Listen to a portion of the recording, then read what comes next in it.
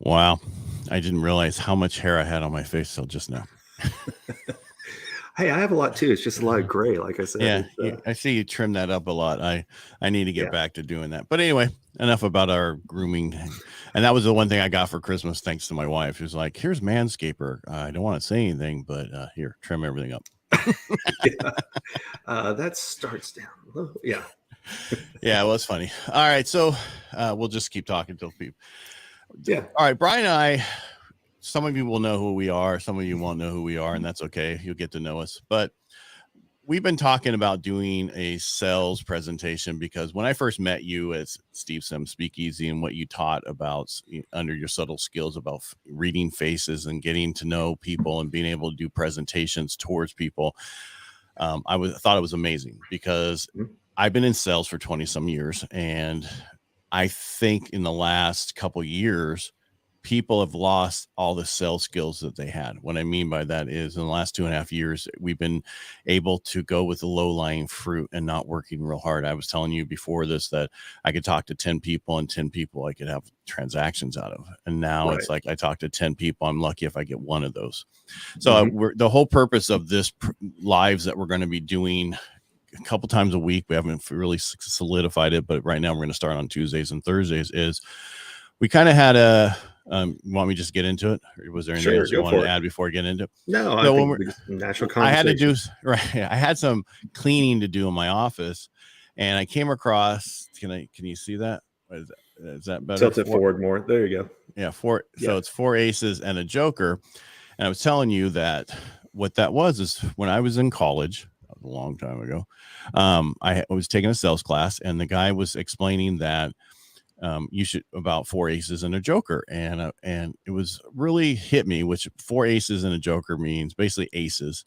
I think I had over here in the banners. I'll show you. So we're talking about this, what I just showed you. 4 aces and a joker is a sales tool, and it's an acronym, right? And one thing about us in sales, we're always about acronyms, how to remember something, right? That was when I did that presentation at Steve's about getting to know, which is getting, knowledge needed to get overcome waiting.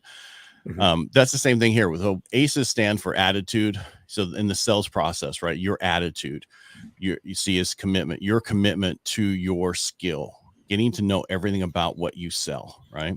And then your enthusiasm, because if you're not enthused about what you sell, people will know and they won't buy from you, right? And the most important, you can stop me. I know I'm going through this fast, but stop me at any time. But out of all those are really important, but this is even more important. And I've had this come up ever since I started doing radio. They tell us, put a mirror, put a little piece of paper that says smile. And because people can hear you smiling or not, like right now, I'm not smiling, but if I was smiling, you could actually hear the difference. Right. And that's so important, especially for me when I'm selling on the phone, because that's pretty much all I do these days. I have one client come in my office out of probably 50 clients who want to see me in person, but everybody else wants to talk to me over the phone. And for 18 years, I sold by the phone. So we'll get to so that's your smile, right? And then the joker is the special skill that you bring to the table. When I sold by the phone, I didn't realize how well my voice came across, right? I hear it's good. I don't know. People say I have a great voice for radio and the face for radio. That's because of the face. I was going to say, yeah. But when we're talking about, so we're going to go through what's the 4 aces and a joker. So weekly, we're going to go through different parts of that, but we're going to bring people who talk about how to develop your special skill, right? As that joker, what that is, what you bring to the table.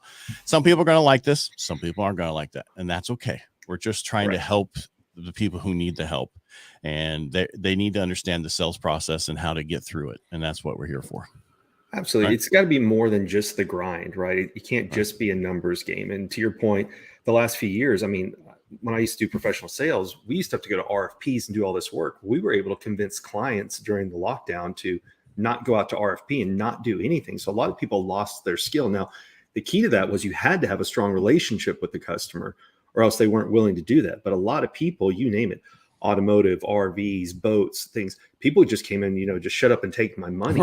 So a lot of people really didn't have to work on their skill. And I'm going to talk about this later on, but this was one of the books I think everybody needs to read right now, which is You Say More Than You Think by Janine Driver, because we forgot to control our own body language, and that includes smiling with what you're talking about. And it's no different when we're up on stages. They say the same thing, like, you're not smiling enough, and people can hear it if you are or are not smiling. And like you, I actually have a mirror right behind the camera here to make sure I'm smiling from time to time. Oh, I thought that was for your hair. Well, it's for both. It's this hair. This hair. But and it's about and getting back in what we do, because it's huge right now. No other time, if you have only one client out of 10 that you're able to help or get to, you have to connect with them so quickly and convince them why they should go with you and use what you have to sell and why they need what you have to sell. No, and it's so expensive now to get clients because of how that is. I'm spending more money getting clients to call me than I've ever done. Right. And I'm not, and I'm talking good quality clients, because I did direct mail for years, and it wasn't about the phone ringing with thousands. It's about how the phone ringing with 100 who actually could do it. And but you need to connect with them. And I think with what you offer, plus some other people we're going to have come on, I think we'll have the interviews on Thursday, or we'll just make you guess, so that way you show up to everything. Right. Because I mean, this is going to grow, because this is how we wanted to give out. Brian and I were supposed to be doing a presentation, a 1-day event in Vegas in March. Don't know if that's going to happen, but this is kind of what we're starting with to understand what we're going to talk about. Right. And, you know, for the first one with the attitude, I can tell you, I went through a very negative period where I was in sales and I hated walking to my laptop every day. And if you can't get past that, how can you instill faith in your customers to keep you on, or to purchase additional things from you? Because people can see it. If you don't believe and have the right attitude and stuff, people can tell if you're pushing an agenda or if you genuinely believe in the product. And if you're the product, it's even more important, I think. So that's absolutely why we have to start with attitude on everything. Right. And for some of you, because this year, I'm on my personal page and other things, and you're on your personal page. A lot of people don't know who you are, Brian, but I know I said originally that you're with Subtle Skills, and you talk about the facial features and how that connects with people, and we're going to go through that through this process also, and then we're going to go through additional stuff. But some people know who I am, but they don't. I'm Ed Parcaut. I own Lending for a Living, but I'm also an author, coach, other stuff I do. My first book is coming out February 14th anyway, so find it everywhere. But that's for the mortgage industry. But for me, I just noticed there was so much to give back to the younger people. And one of the things was, last week I was talking to a lady, and she's older than me. And in 5 minutes, I gave her more information on what she needed to do and how to do well in the mortgage industry than she's gotten in the last year from her current boss. And it's not because I'm trying to be better. I just want everybody to be able to work well and help the client. I'm about the client. So if I can educate other people in my industry how to help those clients, and that's what I want to do. Well, there's so many courses and everything that are out there that teach the salesperson, oh, here's the perfect word script, here's all these things. And it's not teaching, again, like you're talking about, is who's going to benefit in the long run. That's what changed my life when I learned how to analyze people's facial features. It was making about how do I speak their language, not I need them to understand me, right? I know what I need, but if I can't get them to understand it, then it's kind of a moot point. So, I mean, and it even goes back to when you're first starting, you can't act like you're hungry and you need the deal, because you know what I mean? Commission breath is the worst. Yeah. But I mean, that's all. And again, we're all over today because we're just introducing who we are, but we'll start the process on Thursday. But it's just really important to know that, because you have to go in acting like you have a ton of deals in the pipe, no matter what you do, wherever you are. And right now, we talked about this because we were doing the thing in Vegas in March, and I had to retool my whole business last year. I was talking to Courtney Buford the other day, and he was talking about how he got hurt in June. They saw the slow, and he was talking to me, which I didn't know this at the time when we had a conversation. He was asking, how you doing? I'm like, I'm doing good. And mine didn't get affected until October. And he told me the other day, yeah, I was so pissed at you because you said that. Was he doing better than me? It's not. It's regional. It had to do with we have a pent up demand here in California for housing, where other places was able to buy it, and then now they have extra. And that's just one of the process. But it has to do, again, with connecting with people, and it's so important to connect with them. And if you can connect with somebody by knowing how to talk to them before you actually have the appointment. Like with you talk to somebody about eyebrows, and then they think about somebody around people around them first, and how you can connect with them through the process. Because I know even Courtney was telling you he's used it on a few of his appointments, right? Absolutely. Yeah. And that's the funny thing is he thought I was full of it. And trust me, when I Everybody, first heard about everybody it, thinks you're full of it. I don't care what they say. I agree. No, that's when I first met my mentor who taught it to me. I thought the same thing. I thought, oh, I'm going to show up and bust this guy. He's going to use these generic statements like, oh, Right. you've had a hard time in life. Well, no crap. Who hasn't? Right. Sounds like my wife. That's what she says about you all the time. Yeah. Hey, that hurts my feelings. Yeah. She just doesn't know. Yeah. Well, until you see it done or you use it, everybody assumes it's full of it. And that's, I actually add that into the presentation now is assume I'm full of it, right? Just go out and try it. And I guarantee you're going to reach back out because it does make a difference. Right. And when we're going to have some other people come on, talk about, multiple things, how everything about the process and how to make it better for you so that you're fully successful and there's no issue, because we want everybody to be there. Right. We're not going to sit on planes doing this. Right. And not unless I'm waiting to land on American Airlines or somewhere else. But yes, it won't be a private plane. That's for sure. We're not going to sit on some fuselage and film these. We're going to actually, this is real sales for real people. You know what I mean? Mm-hmm. That's basically what we're talking about. Yes, we're doing it under Aces53 because it's just that made it so easy to understand what we're going to go over. Work on your attitude, work on your commitment, your enthusiasm, your smile, and then that special skill you bring as the Joker. That's so important. Well, and everybody who knows me, like I've got Batman stuff all over here. As a matter of fact, somebody got me a Batarang for my birthday. And what I loved about Batman was it's all the tools he has, right? It's not one strength. It's all these little things. And that's what helped me. I mean, I even own the website, What Schools Don't Teach, to eventually put on what are all the things I didn't learn in school. And that's who our Joker is going to be, is who's somebody that we can bring in on, every week to teach us something that we didn't know. And you can either add it to your portfolio and your tools, or you don't have to, but at least gets awareness out there. What else is out there? So I think we all grew up.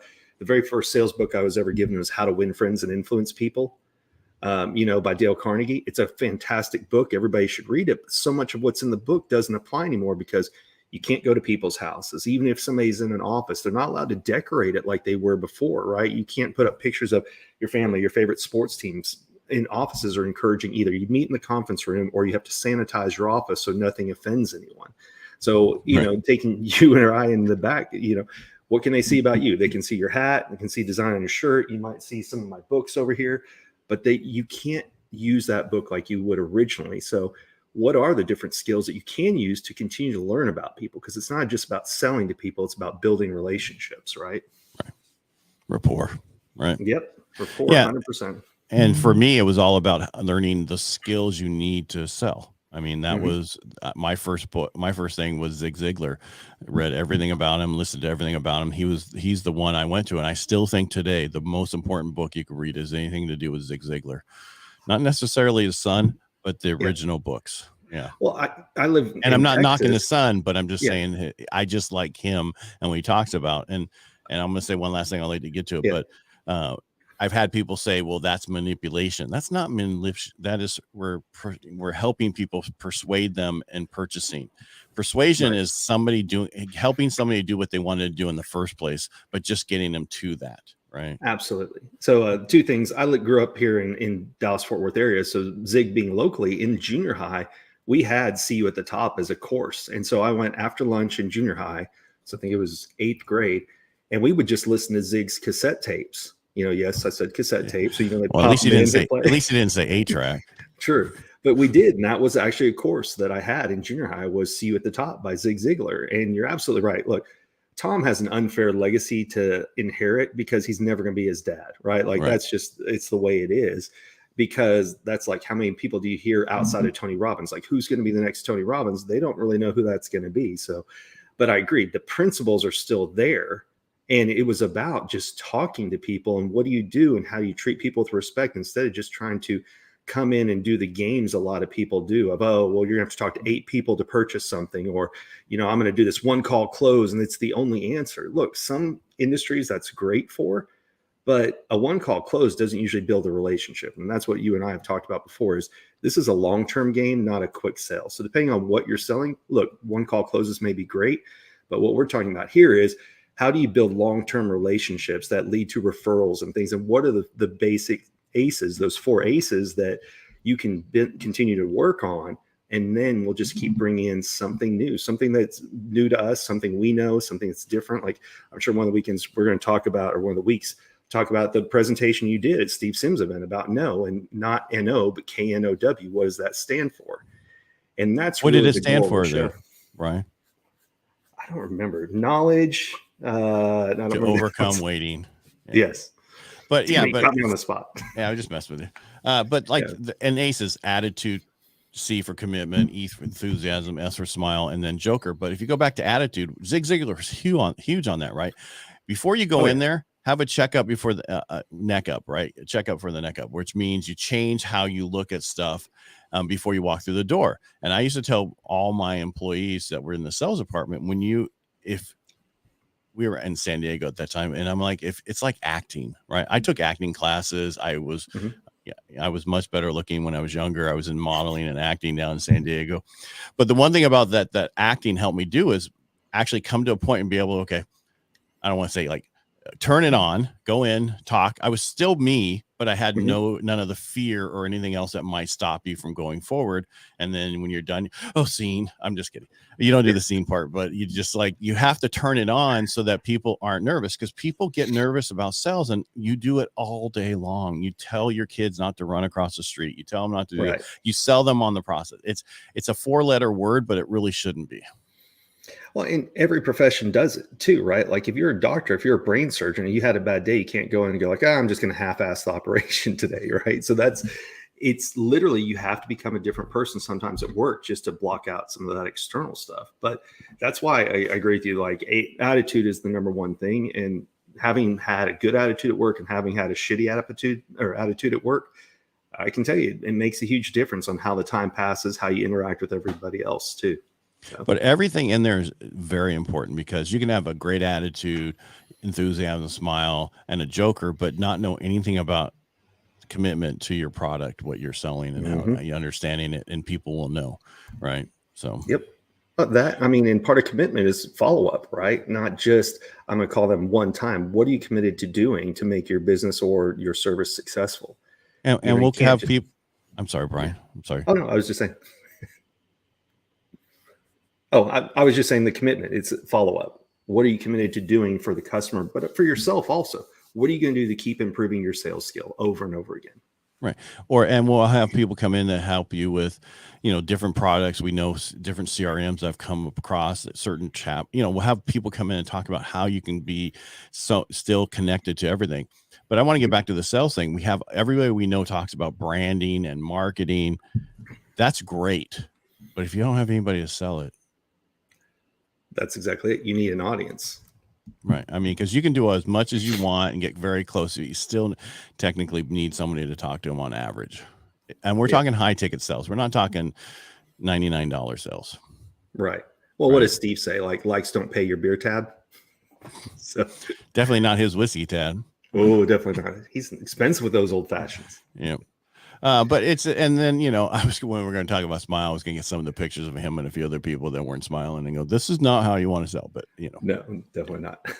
But it's important to know all these things and go through each one. And that's what our whole purpose is, to help you get better at your skills and all the way through. So that's why we came, that's why this whole thing about 4 aces and a Joker is like, there you go. It just was shocking me that I still had it after.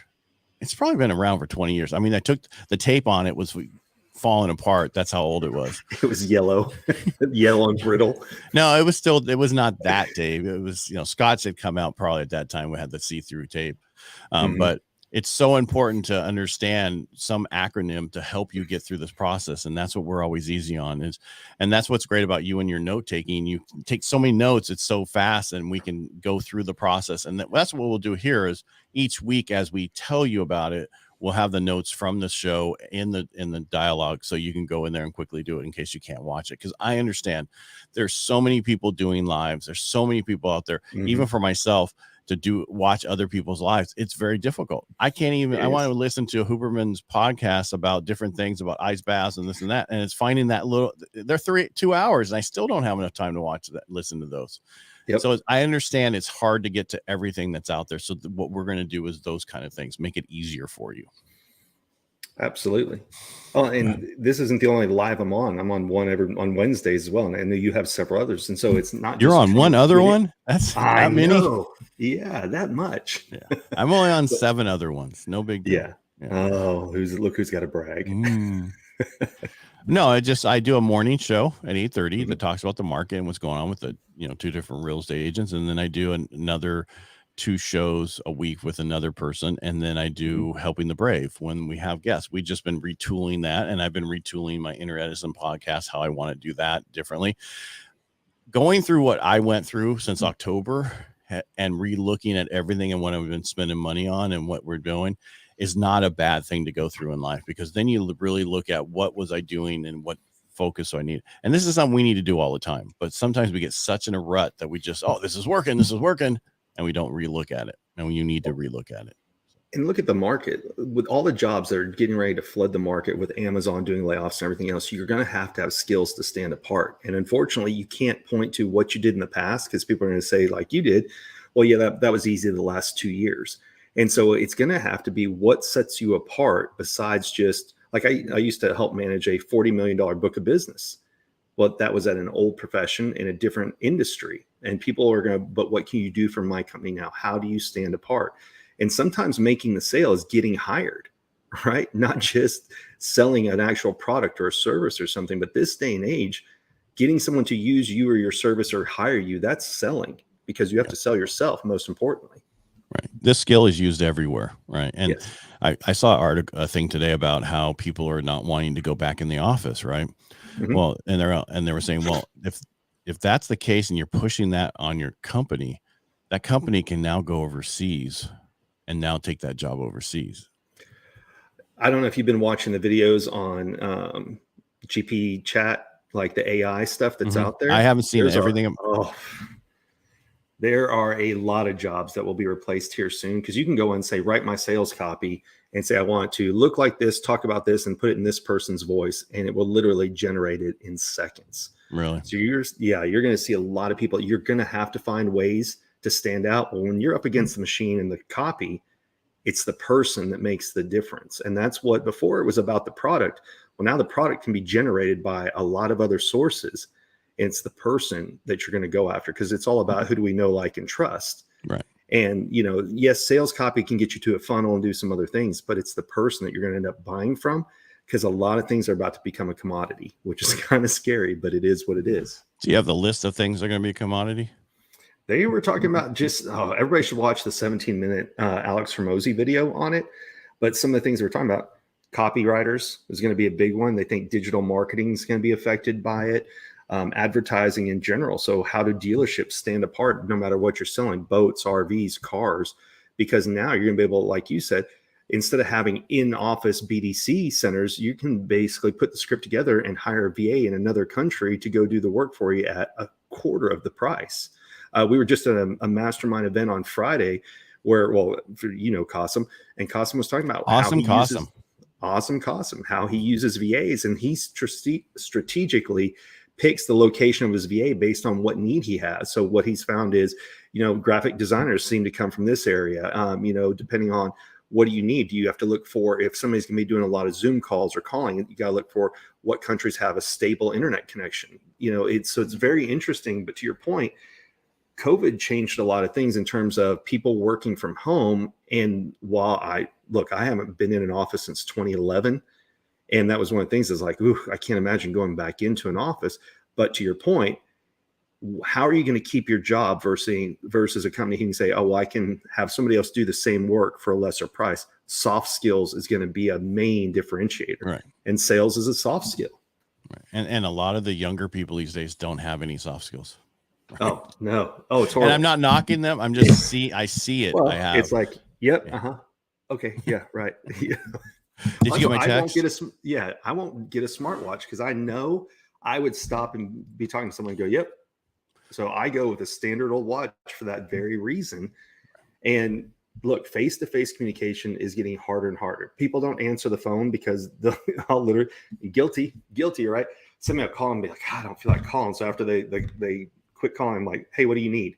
because it's easier to. Is that why you do that to me all the time? Because I like calling all the time. Well, it's really because they don't have a middle finger icon to respond back with. It's either a thumbs up or a thumbs down. I was looking for a middle finger up, but yes. Yeah. Well, the thing about it is, for me, I want to hear the tones and inflections in your voice. Right. So when I talk to a client, I want to know, I can hear if I'm irritating the hell out of them, where some people can't, or if they're getting what I'm talking about, if they're not getting what I'm talking about, by the tones and inflections in their voice. And how I come across with those things also is important. Well, that's why the problem that you have with an email or a text is the person's reading it in their current mood, not in the tone you sent it. Right. So if you send something and they're in a shitty mood and they read it as a shitty text, that's, it's not your fault because you were just typing a sentence out, but they're literally reading it in the voice in their head of how do they feel at the moment and about you at that moment.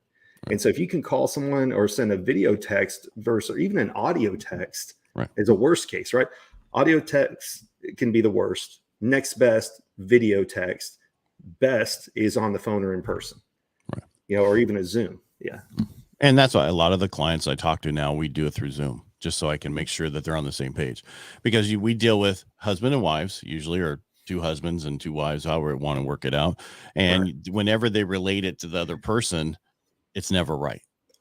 I don't know, because I was in the Navy. We did this thing where some person said something at one end, and by the time we got down to the other end, it was completely different. And that's basically what happens when you talk to people. Right. What's the telephone game, right? Now, not everybody will remember that game as a kid, but what do? You sit around 6 or 8 people and you say something, you see, can you make it all the way around the group and still have the same meaning and intention as what the original person was? And chances are it changes. Right. And it will. But back to your point of when people read texts and emails, it's in their current mood and their current thought pattern. Because there's times I'm talking to somebody, I'm saying, okay, let me finish before you potentially get upset.